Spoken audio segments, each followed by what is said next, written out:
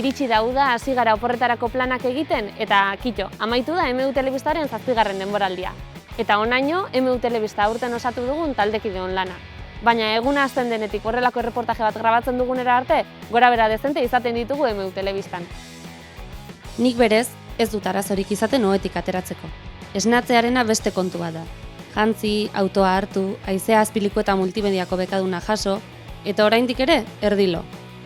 Ez dakitzuei gertatzen zaizuen, baina nik kafe bat behar izaten dut ganoraz esnatzeko. Edo 2, edo 3, edo 4...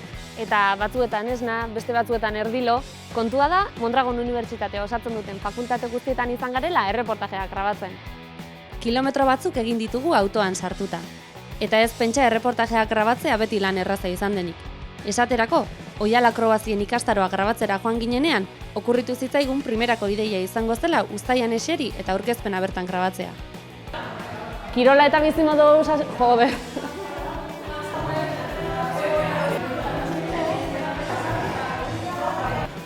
Ikastaro ugari antolatzen ditu Mondragon Unibertsitateak. Horietako batzuk ezagutzera etorri gara. Bai, ja, ni de palo. Kirola eta bizimodu osasuntsua uztartzeko, joder, bai, azkar hau.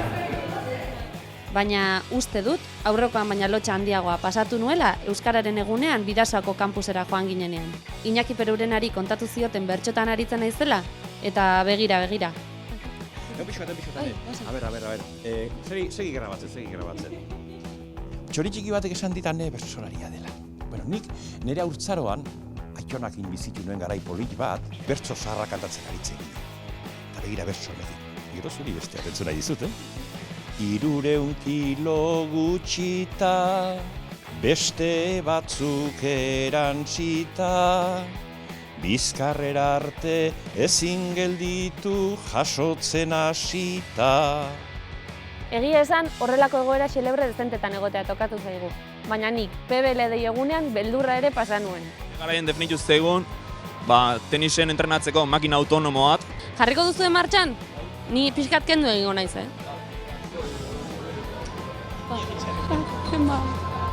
Qué miedo.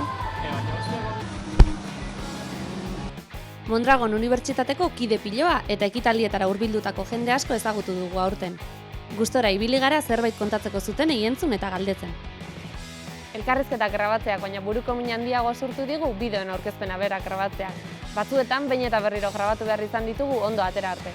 Seguru nago, akats guztiak batuz gero erreportaje bat baino gehiago egin daitekela. Eta hala ere, ondo pasa dugu. Gu beraien artean gaude euskarari egin... Imposible, esati. Mondragon Unibertsitateko dozenaka ikasle bildu dira. Osasun arloko erronkei erantzun. Ez jat, urten ondo. Lehen eta ingenieritza biomedikoko 60 ikasle baino gehiago elkartu dira arrasaten